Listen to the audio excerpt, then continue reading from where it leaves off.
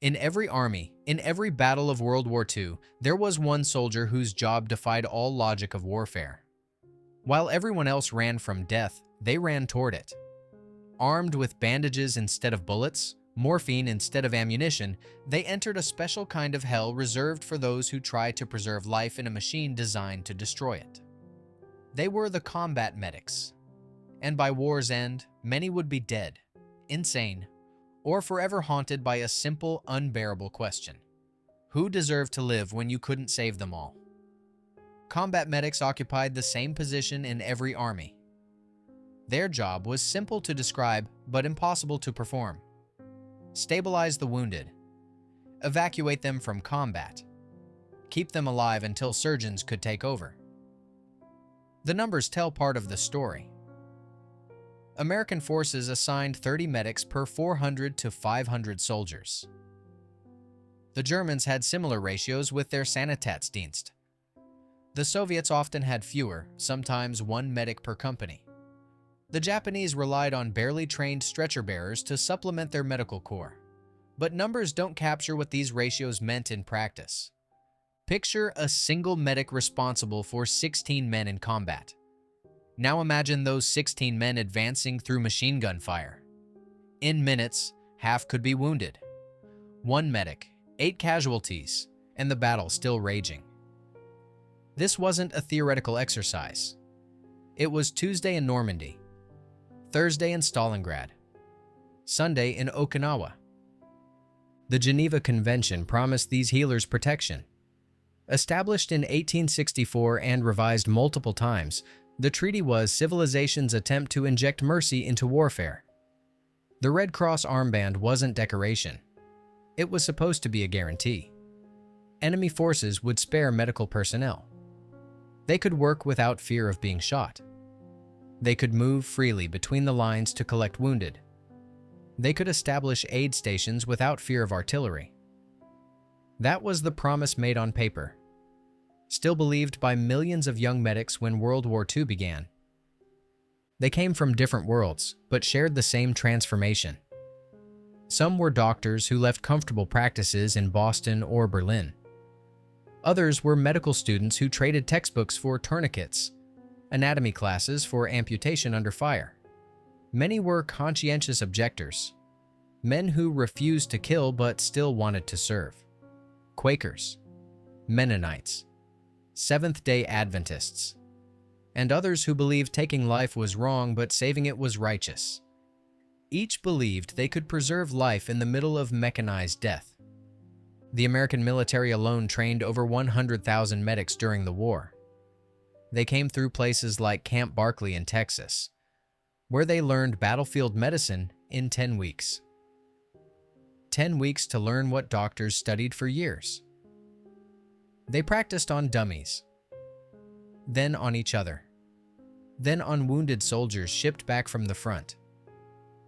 They learned the pressure points to stop bleeding, the signs of different wounds, the doses of morphine that helped versus the doses that killed. Take the accounts we have from American medics who served without weapons, believing their Red Cross would protect them. These men entered combat carrying only medical supplies, trusting in international law and human decency. They ran into machine gun fire armed with nothing but bandages and faith. Some units called them consies, conscientious objectors who wouldn't carry rifles. Others called them heroes. The Germans called them targets. Or consider Soviet female medics like Matriona Necheporchukova, who saved over 150 soldiers during her service. She started as a nurse in a Moscow hospital. The war turned her into something else entirely, someone who could drag men twice her weight through artillery fire while deciding which wounds could wait, and which meant death in minutes. Soviet women weren't supposed to be in combat, but the Eastern Front didn't care about supposed to. She learned to amputate with a knife when saws weren't available. She learned to use vodka as antiseptic when medical alcohol ran out. She learned that sometimes the best medicine was a lie. Telling a dying soldier he'd be fine, that his mother was waiting, that the pain would stop soon. The training tried to prepare them. They learned to stop arterial bleeding in seconds, apply pressure, elevate, tourniquet if necessary. They practiced giving morphine injections in the dark, finding veins by touch. They memorized the signs of shock, rapid pulse, cold skin, confusion. They studied gas poisoning symptoms, burning eyes, blistered skin, fluid in lungs. They learned to recognize internal bleeding by the way a soldier held himself, the color of his skin, the look in his eyes. But training was one thing. Reality was another. Training used fake blood that didn't smell like copper and fear. Training wounded didn't scream for their mothers in languages you didn't understand. Training didn't include choosing between your best friend and a stranger when you only had supplies for one. No training could prepare them for what happened when the war's hatred made healers into targets. The Eastern Front shattered the Geneva Convention first. Operation Barbarossa, launched in June 1941, with over 3 million German soldiers invading the Soviet Union. By winter, the medical immunity had collapsed completely. By late 1941, German medical units received new orders. Remove your Red Cross armbands. Soviet forces had started targeting medical personnel deliberately. They weren't neutral caregivers anymore. They were enemy assets that kept German soldiers fighting. The logic was brutal but simple. Kill a soldier, remove one enemy. Kill a medic, let dozens bleed out. Soviet snipers learned to target anyone moving between wounded soldiers. They'd shoot the medic first, then pick off anyone who tried to help the wounded. It was efficient. It was effective. It was a war crime that became standard practice. German medics faced an impossible choice: wear the Red Cross and become a sniper's preferred target. Remove it and lose what little protection the rules of war provided. Many chose survival. They tucked their armbands into pockets, painted over the crosses on their helmets, started carrying weapons. A German medical officer wrote in his diary, "We are no longer medics. We are soldiers who sometimes bandage wounds." The transformation happened unit by unit, medic by medic. First, they stopped wearing the armband in combat. Then they started carrying pistols for protection. Then rifles. Then they were shooting back while trying to treat wounded. The line between medic and combat soldier blurred, then disappeared entirely. By 1943, many German medical units on the Eastern Front were indistinguishable from regular infantry, except for the medical bags they carried. The Pacific Theater followed the same brutal logic. Japanese military doctrine, rooted in Bushido code, viewed mercy as weakness. Surrender was shameful. Wounded soldiers who couldn't fight were burdens. And enemy medics who tried to save wounded were priority targets. The Japanese didn't just ignore the Geneva Convention. They actively hunted medics. Allied medics learned this through blood. Guadalcanal, 1942. The Marines landed expecting jungle warfare. They got that, plus something worse. Japanese snipers specifically targeted anyone with medical insignia. 3 medics shot in one afternoon, each hit directly in the Red Cross painted on their helmet. The message was clear. Healers would die first. A Marine medic's account from Guadalcanal captures the transformation. Monday, I was a medic. Tuesday, I watched 3 medics get shot while working on wounded. Wednesday, I painted over my cross. Thursday, I picked up a rifle. Friday, I was just another Marine who happened to know how to stop bleeding. American units adapted quickly. Medics started wearing regular helmets. They removed Red Cross armbands. They carried weapons. They learned to shoot back while treating wounded. The Navy corpsmen attached to Marine units became fighters who could also provide medical care. They'd suppress enemy positions with rifle fire, then run forward to treat casualties they'd helped create. This wasn't supposed to happen. The Geneva Convention had clear rules. Medical personnel were non-combatants. They couldn't be targeted. They couldn't be prevented from treating wounded. They should be allowed to work even during active combat. But ideology and hatred don't follow rules. When Soviet doctrine declared total war, that included medics. When Japanese Bushido code demanded death before surrender, that meant killing the enemy's healers first. When survival became the only law, international law became toilet paper. The moral corruption spread through every theater. British medics in Normandy reported sniper fire aimed specifically at them during the hedgerow battles. Every hedgerow could hide a sniper. Every sniper knew to shoot the medic first. One British medic reported, "The Germans knew our medical stations by the Red Cross flags. They used them as artillery markers." Soviet female medics carried weapons as standard equipment, knowing they'd need them. They learned to shoot with one hand while applying pressure to wounds with the other. They could throw grenades to clear enemy positions threatening their wounded. They became warrior healers, a contradiction that the war demanded. By 1943, the sacred protection of medical personnel had collapsed into a cruel joke. The Red Cross that once meant safety now meant shoot me first. The Geneva Convention became a document that everyone had signed but no one followed. Medics who'd entered the war as protected non-combatants became some of the most endangered soldiers on the battlefield. Medics now face choices their training never covered. Treat a wounded soldier in the open and probably die. Wait for covering fire and watch him bleed out. Carry a weapon and violate your oath. Go unarmed and get shot while working. Try to save an enemy soldier and get shot by your own side for helping the enemy. Every choice meant abandoning something, either principles or survival. Triage is medicine's ugliest word. It comes from the French word for sorting. In civilian hospitals, it means prioritizing treatment. In World War II, it meant choosing who lived when you couldn't save everyone. For combat medics, triage wasn't a medical exercise. It was playing God with your friends' lives while bullets cracked overhead and artillery turned Earth into hell. Picture Normandy, June 6, 1944. The largest amphibious invasion in history. A medic lands on Omaha Beach carrying enough morphine for 10 men and bandages for 20.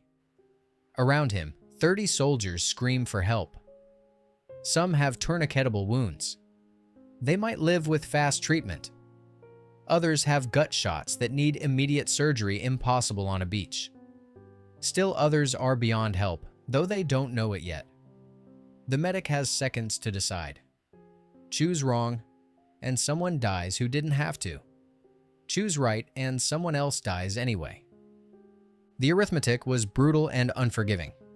One medic, multiple casualties, limited supplies, no time. The math never worked. If you spent 5 minutes on each wounded soldier and had 10 casualties, that's 50 minutes. But half of them would bleed out in 10 minutes. If you spent 1 minute on each, you might reach everyone but couldn't actually save anyone. The equation had no solution. The medic starts with the nearest wounded. But should he? The nearest soldier has a leg wound. Painful but not immediately fatal. 20 feet away, someone's holding their intestines in with their hands. Who gets treatment first? The one who'll definitely survive if treated? Or the one who might die regardless but might also live if you work fast enough? American medics at Normandy reported the same nightmare scenario repeatedly. You run to a wounded soldier. Start treating him. Another soldier nearby goes into shock and dies while you work. Could you have saved him instead? Should you have? His dead eyes ask questions you'll never be able to answer. The decisions got harder when you knew the wounded. Your tent mate has shrapnel in his chest. The company joker has his leg blown off. The lieutenant who wrote recommendation letters for everyone has burns over 60% of his body. You have supplies for 1, maybe 2 if you stretch everything. How do you choose between friends? How do you look one in the eye while letting another die? Soviet medics faced even worse odds. Matriona Necheporchukova and other female medics often worked alone, dragging men sometimes twice their weight to safety. A 100-pound woman trying to move a 200-pound soldier through snow under fire with more wounded calling for help. They developed their own brutal mathematics. Can I physically move this soldier? Will he survive the journey? Is he worth letting 2 others die? The weight calculation was literal. A lighter wounded soldier could be dragged faster. A heavier one might be impossible to move. Officers were supposed to get priority, but a wounded private might be someone's only son. The young soldier might have 60 years ahead of him. The older sergeant might have children at home. Every factor mattered. None of them made the choice easier. The golden hour ruled everything. Get a wounded soldier to surgery within 60 minutes and he might live. Take 61 minutes and watch him die. This pressure turned medical care into a race against blood loss.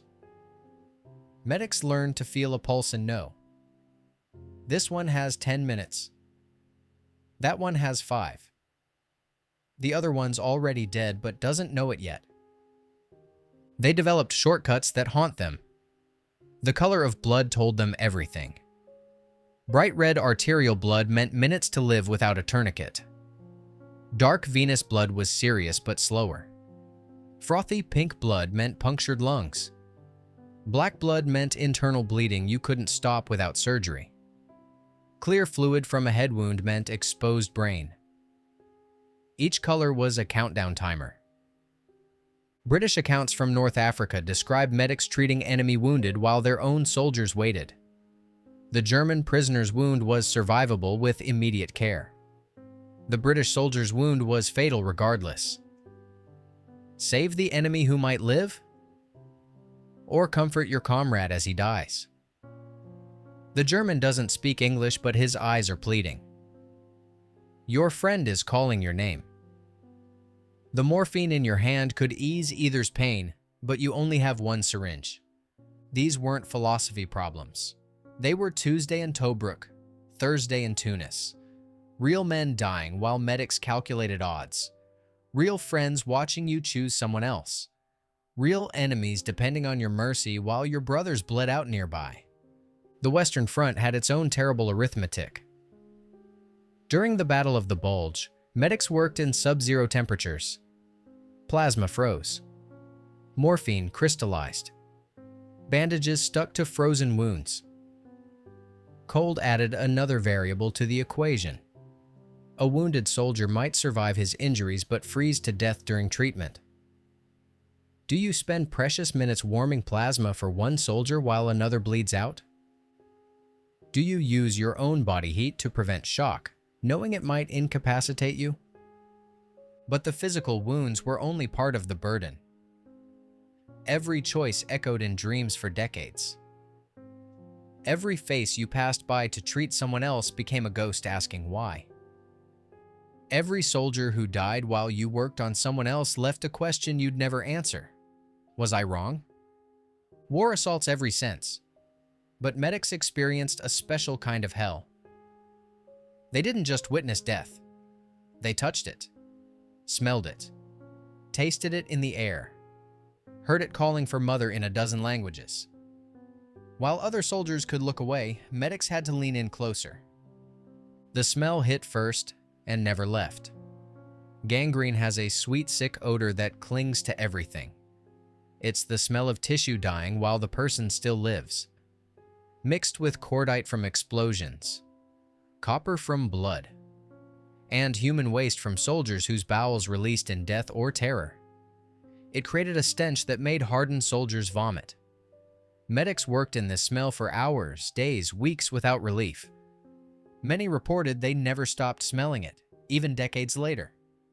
They'd catch a whiff of something sweet rotten and be instantly back in a field hospital, surrounded by dying men. Then came the specific smells that marked different kinds of death. Phosphorus burns smelled like garlic. Mustard gas left an odor of mustard or onions. Gangrene smelled sweet. Trenchfoot smelled like rotting meat. Each smell meant something different, required different treatment, predicted different outcomes. Medics learned to diagnose with their noses before they even saw the wound. The sounds were worse than the smells. Grown men crying for their mothers in voices that hadn't been used since childhood. Tough sergeants whimpering like beaten dogs. The wet wheeze of punctured lungs trying to breathe. The animal screams of burn victims that didn't sound human anymore. The gurgling of blood in throats. The grinding of broken bones moving against each other. The hiss of air escaping from chest wounds. Medics had to develop selective deafness to function. They learned to filter out the screaming and focus on the wound. Stop listening to the person.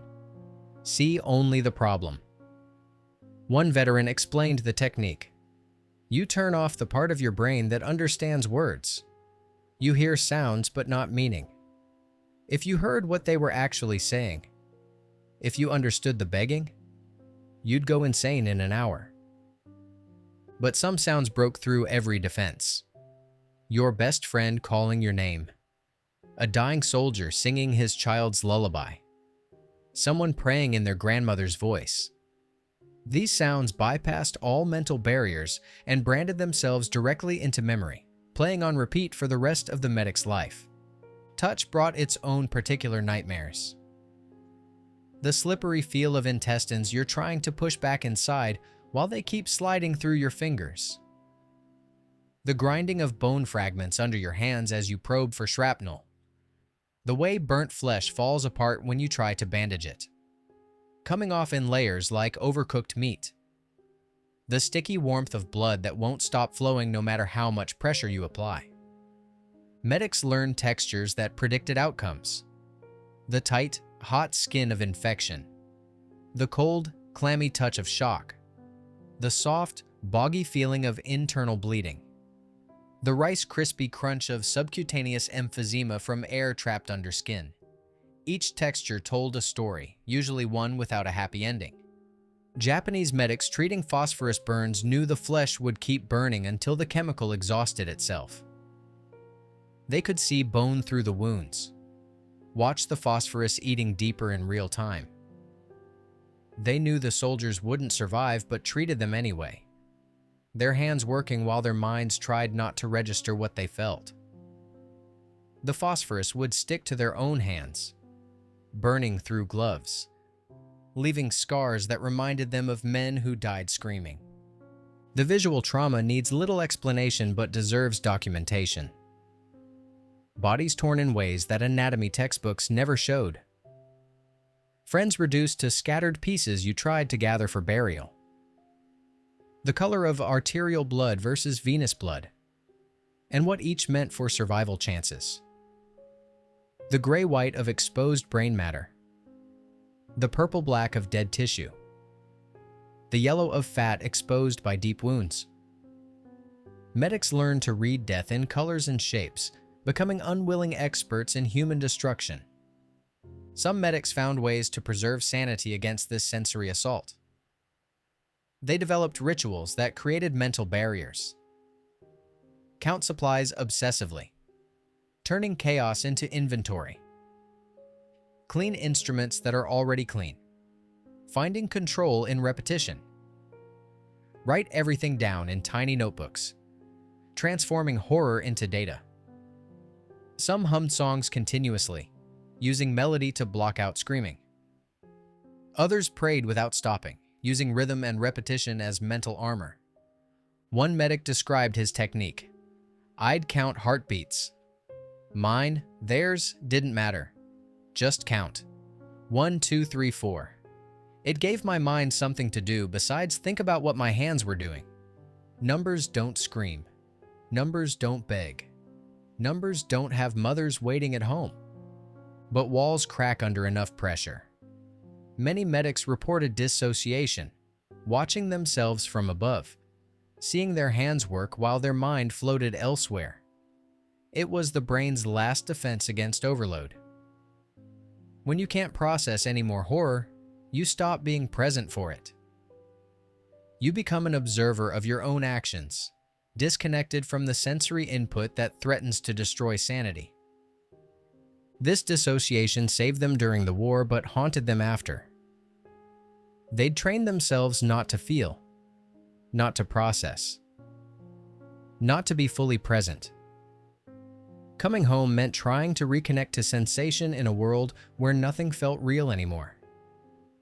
Food had no taste because it wasn't mixed with cordite. Sleep brought no rest because it wasn't exhausted collapse. Touch meant nothing because it wasn't desperate medical care. Sometimes, in war's worst moments, humanity broke through like sunlight through storm clouds. These moments were rare, fragile, and desperately important to the medics who experienced them. They were proof that something human survived the war's attempt to destroy everything good. Christmas Eve, 1944, near Bastogne. The Battle of the Bulge had been raging for days. American and German forces had been killing each other in the frozen forests of Belgium. The snow was red with blood. The trees were shattered by artillery. Then, without orders from anyone, something extraordinary happened. Medics from both sides entered no man's land. They waved white flags and Red Cross armbands, the same symbols that had failed them so many times before. But this time, for a few precious hours, the shooting stopped. American and German medics worked side by side in the snow. They didn't speak each other's language, but they understood the universal language of medical care. When the Germans ran out of morphine, Americans shared theirs. When Americans needed help moving a wounded soldier too heavy for one man, German medics assisted.